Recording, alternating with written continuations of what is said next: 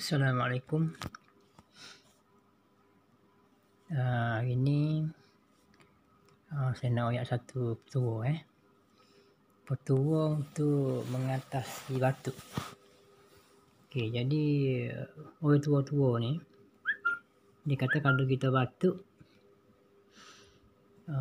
dia kita kena komo air garam. Air garam dapur lah. Salah satu lah kita komo air garam buat gelgok-gelgok biar siapa ada tekak tu. Lepas tu kehek. Lepas tu satu lagi kita air suai tu campur garam sikit, kacang-kacang minum. Kalau batuk dah. Kalau batuk dah. Lepas pada tu so lagi kita boleh juga letak lima nipis campur dengan kapur. Gupal-gupal sikit tekak dia jadi rasa panas, jangan banyak sangat. 3 tu lah biasanya kalau orang tua royak.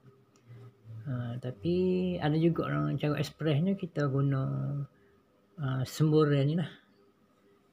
Semburan dia panggil Dr. Special. Dr. Special ni bila kita batuk je kita cuma sembur lah tekak, insya-Allah batuk kita tu akan lega lah, sebab dia buat daripada garam yang paling dalam sekali, okey. Di laut terdalam dia panggil deep sea dia panggil. Jadi bukan garam biasalah, garam ni garam boleh mematikan kuman. Belakarlah dalam tu. Okey. Jadi terima kasihlah, nanti lain kali kita akan bagi lagi petua-petua hak lain lagi. Okey, terima kasih.